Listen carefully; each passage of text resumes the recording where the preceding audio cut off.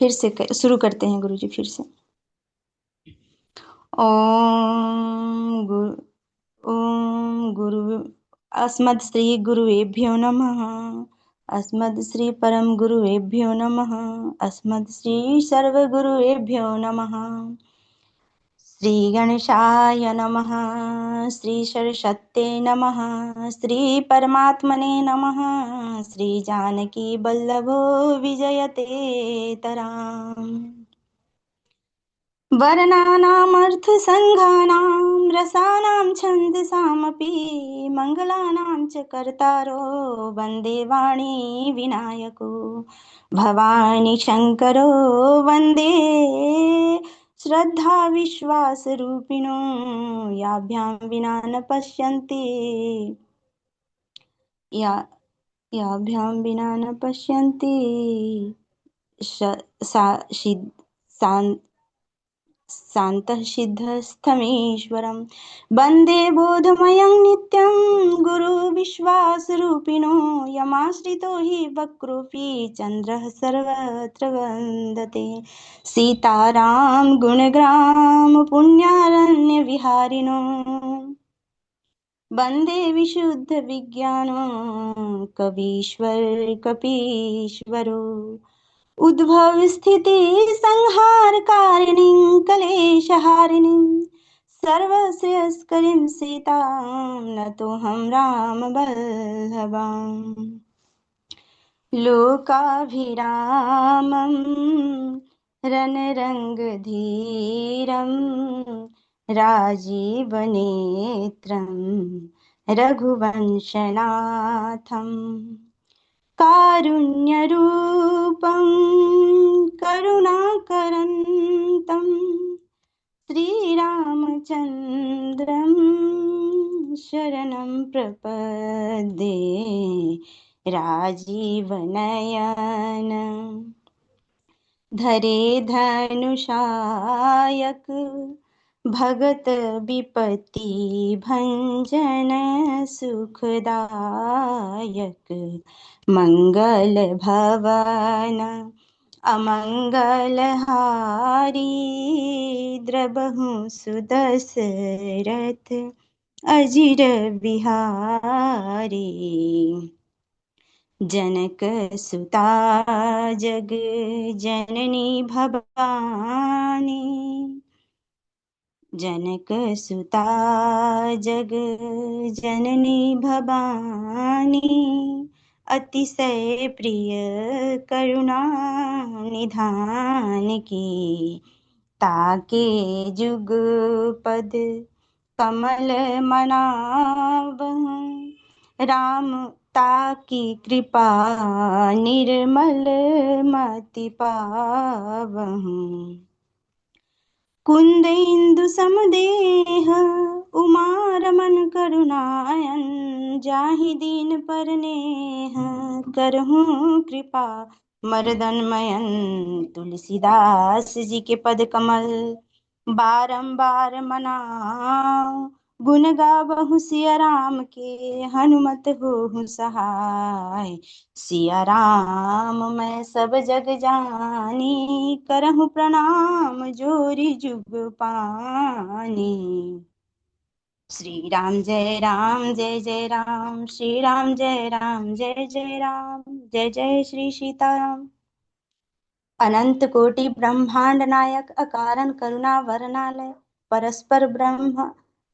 परस्पर ब्रह्म भक्त वत्सल भगवान श्री राघवेंद्र सरकार के चरण कमलों में बारंबार प्रणाम निवेदन करते हैं। देवाधिदेव महादेव माता जगत जननी माँ भवानी सहित विघ्नहर्ता श्री गणेश जी और समस्त शिव परिवार को हम प्रणाम करते हैं। अनंत बलवंत श्री हनुमंत लला को हम नमन करते हैं। अनंत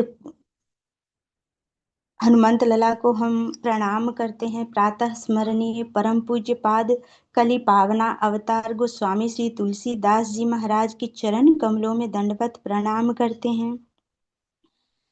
आप सभी श्रोता जनों को प्रणाम निवेदन करते हैं। आज हम और आप सभी इस 9 दिवसीय श्री राम कथा की श्रवण के उद्देश्य से आज यहाँ उपस्थित हुए हैं। गोस्वामी जी कहते हैं कि जिस पे प्रभु की कृपा होती है उसे इस जगत के सारे भौतिक सुख प्राप्त होते हैं। धन, वैभव, ऐश्वर्य सभी भौतिक सुखों की प्राप्ति होती है, पर जिस पर प्रभु की विशेष कृपा होती है उसे प्रभु के चरणों में प्रीति और सत्संग की प्राप्ति होती है। तो आज हम और आप बड़े भाग्यशाली हैं जो इस कथा में उपस्थित हुए हैं और आज से अगले 9 दिवस तक इस कथा रूपी गंगा को प्रेम पूर्वक और श्रद्धा के साथ हम और आप श्रवण करने का संकल्प लेते हैं। गोस्वामी जी गोस्वामी जी कहते हैं हमारे रामचरितमानस के रचनाकार गोस्वामी श्री तुलसीदास जी हैं। गोस्वामी तुलसीदास जी ने रामचरितमानस की रचना की। उनको रामचरितमानस की रचना की प्रेरणा देवाधिदेव महादेव से प्राप्त हुई और गोस्वामी श्री तुलसीदास जी ने इसकी रचना की। इस 7 कांडों में रामचरितमानस जी की रचना की और 7 कांडों में रचना की। इसका एक भाव ऐसा भी है कि जैसे सप्त स्वर हैं, सप्त रंग हैं और सप्ताह में सप्त दिवस होते हैं। तो इस प्रकार से इसमें 7 कांड हैं और बाल कांड के प्रारंभ में ही 7 इसमें श्लोक भी हैं। तो ऐसा प्रतीत होता है कि हर एक कांड के लिए गोस्वामी जी ने एक एक श्लोक की रचना की है।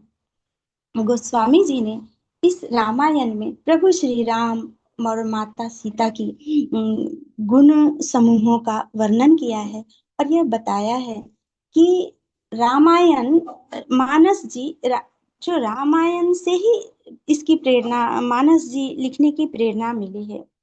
प्रभु की कथा जो है, श्री राम जी की कथा जो है, वो कहते हैं कि हरि अनंत हरि कथा अनंता, कहहि सुनहि बहु विधि बहु संता। तो हरि अनंत है, उस उनके चरित्र का पार तो कोई पा ही नहीं सकता। तो उस अनंत चरित्र को संसार में अलग अलग समय पर अलग अलग महापुरुषों ने, ऋषियों ने गाया है और उनके अलग अलग भाव व्यक्त किए हैं इस रामचरितमानस के साथ।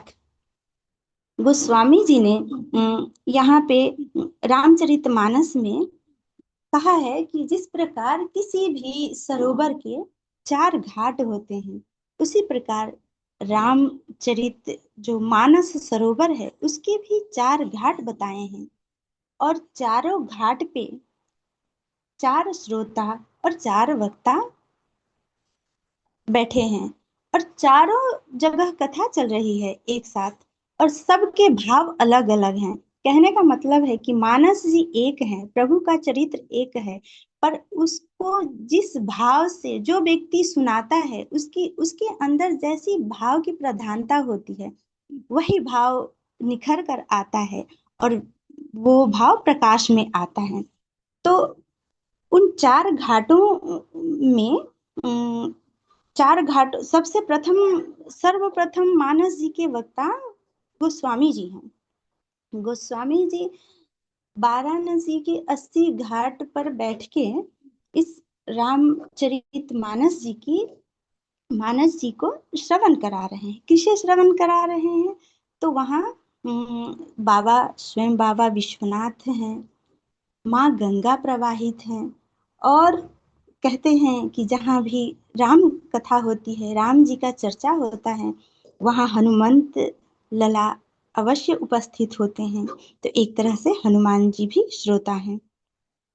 तो बाबा तुलसी जी कथा श्रवण करा रहे हैं मानस जी की हनुमंत लला को। तो वहाँ वो जो घाट है वो शरणागति की घाट है। वहां तुलसीदास महाराज जी ने शरणागति को ही सबसे बड़ा सबसे बड़ा बताया है।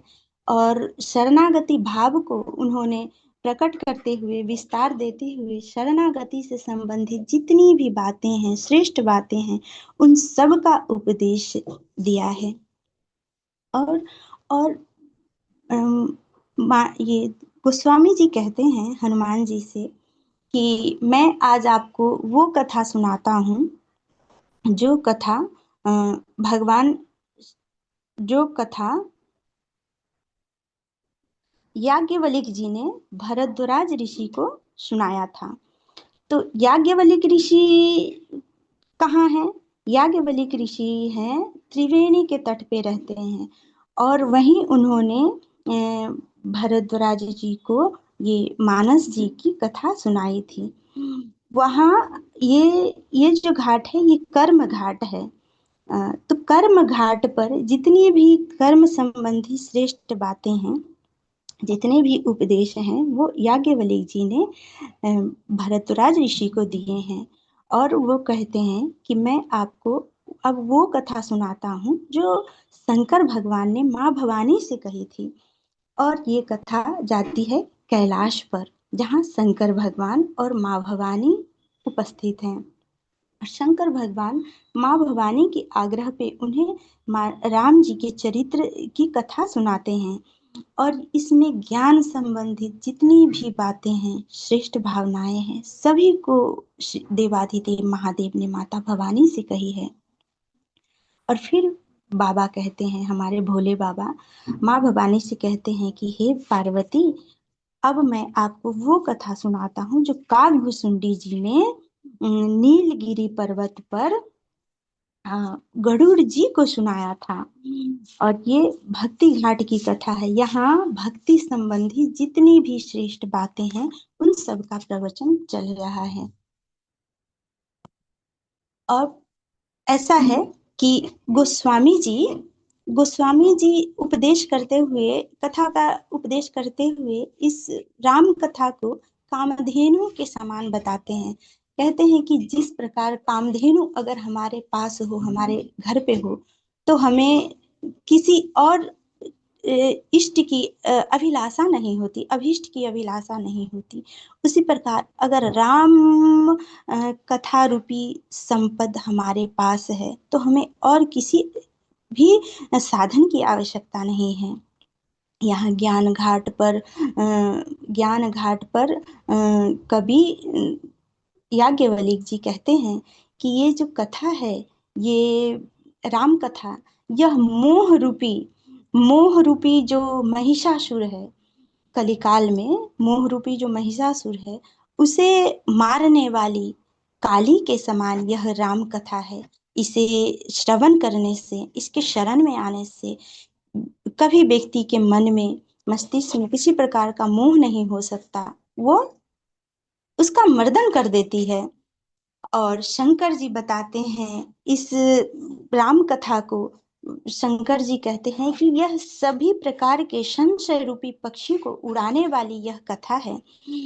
जिस प्रकार पक्षी जिस प्रकार पक्षी अगर आए तो उसे, पक्षियों का झुंड आ जाए तो हम ताली बजाते हैं, तो वो पक्षी उस ताली की आवाज को सुनकर उड़ जाते हैं।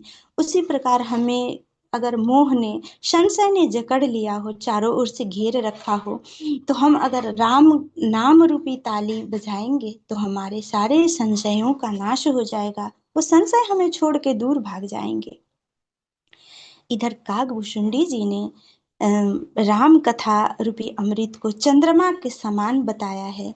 जिस प्रकार चंद्रमा चकोर रूपी पक्षी को निहारते रहते हैं, उसी प्रकार संत जन इस राम कथा रूपी चंद्रमा से अपने आप को, चंद्रमा रूपी प्रकाश में अपने आप को ओतप्रोत रखते हैं।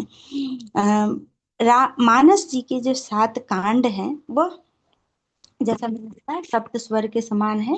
और ऐसा भी कहा जा सकता है कि 7 कांड इसमें जो है, वो इस भाव से भी हम ले सकते हैं कि चाहे हमें मानस जी को पढ़ने का जिस दिन से भी, ऐसा नहीं है कि मंगलवार पढ़े, सोमवार पढ़े या किसी दिन विशेष के लिए, जब भी आपको राम जी की याद आए और आपको कथा पढ़ने का विचार हो, मन करे, आप उसी दिन से इसको प्रारंभ कर सकते हैं।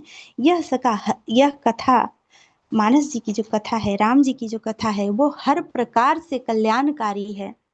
मनुष्यों के इस कलिमल के जो पाप हैं, कली के जो प्रभाव से हमारे अंदर विकार उत्पन्न होते हैं, उसको मिटाने में यह कथा सर्वोपरि उस काली के समान है, जो महिषासुर रूपी सभी को, राक्षस को मार देती है। उसी प्रकार ये कलिकाल के पापों को उसी प्रकार ध्वस्त कर देती हैं।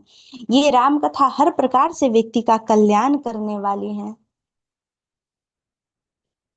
सत गुरु जी, राधे राधे गुरु जी। हाँ मोनिका जी। जी, क्योंकि समय हो गया तो विराम देना था, इसीलिए गुरु जी। ठीक है, ठीक है, बहुत अच्छा, बहुत अच्छा, बहुत बढ़िया आपने बोला। और बहुत अच्छा आप गाते भी हैं गायन के माध्यम से चौपाई। बहुत अच्छा आपने बोला स्वर के साथ। बढ़िया लगा, ठाकुर जी कृपा बनी रहे। और गुरु जी, अगली लग आज हम नहीं बोल पाए ठीक से। हाँ, वो थोड़ा सा शुरू से क्या होता है ना, जब थोड़ा सा व्यवधान शुरू से आ जाता है, ये आपकी जी गलती नहीं है, आपके प्रवचन पर कोई नहीं, क्योंकि ऐसा अब हम लोग भी जानते हैं ना, अनुभव करते हैं उसको। अगर शुरू में गड़बड़ी हो गई, हंसता भी कुछ विक्षेप हो गया, तो कहीं ना कहीं मन में थोड़ा सा वो रहा रहा आता है। लेकिन फिर भी आप अच्छा बोले हैं, पहली बार आपने हमको सुनाया है, बहुत अच्छा लगा। और हमको ये पता है कि आप जो आने वाले जो नए प्रवचन आपके होंगे, वक्तव्य होंगे, उसमें आप बहुत अच्छा बोलेंगे, बहुत बढ़िया। जी, प्रणाम गुरु जी, आपकी कृपा है, आशीर्वाद बनी रहे।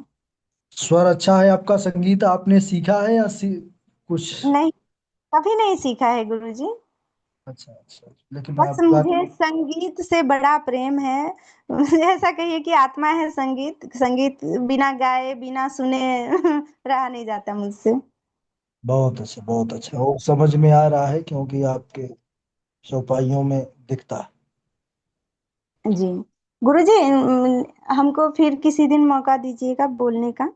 हाँ, जल्दी जल्दी आएगा। देखिए हम प्रवचन लिस्ट जो है तो वो तो ठीक है, नंबर उसमें थोड़ा लगेगा कि इतने दिन बाद आएगा, लेकिन आपको अपना प्रवचन हर तीसरे चौथे दिन तैयार करना है। हर तीसरे दिन अपना एक 25 मिनट का वक्तव्य तैयार करना है सबको। जी ठीक है ना? जी गुरु जी, जो हाँ, विषय चलेगी, जो प्रसंग चलेगा उसी के अनुसार, है ना। हाँ, इसके बाद आने वाली जो नवमी तिथि होगी, उस नवमी तिथि को हम आ, एक प्रतियोगिता रखेंगे, जिसमें नेत्रों को बंद करके चौपाई बोलना होगा। जिसको जितना याद होगा चौपाई, वो उतनी चौपाई बोलेगा। ठीक है ना? जी जी। हाँ, एक चौपाई से दूसरे चौपाई का अंतराल केवल 3 सेकंड होगा। 30 सेकंड से ऊपर नहीं आप सोच सकते हैं। तो जी उसका भी अभ्यास कर लीजिएगा। अभी से सब लोग को सूचना दे दी है, काफी समय है अभी नौवीं तक हम्म, के लिए, ठीक है ना? जी गुरु जी। चलिए, आज के कथा का रिकॉर्डिंग, चौपाइयों का रिकॉर्डिंग आ जाएगा समय के साथ। कहीं पर कोई समस्या आए, कोई दिक्कत आए, समझ में ना आए, तो मैसेज कर दिया करिए, है जी ना? गुरु जी, कि कभी ये, क्योंकि राम कथा हमारे मिथिला से संबंधित है, मैं मिथिला की हूँ, तो कभी मौका मिले तो गुरु जी मैं मैथिल के कई सारे भजन गाना चाहूंगी। ठीक है, ठीक है, ठीक है, सुनेंगे। मैथिल के भजन अच्छे लगते हैं हमको। जी, बहुत मीठी है गुरु जी। ठीक है, ठीक राधे है। राधे। कृष्णाय वासुदेवाय हरे परमात्मने प्रणतक्लेशनाशाय गोविंदाय नमो नमः। ठीक है, सभी को शुभ संध्या। आनंद से रहिए, अध्ययन करते रहिए। शुभ संध्या गुरु जी।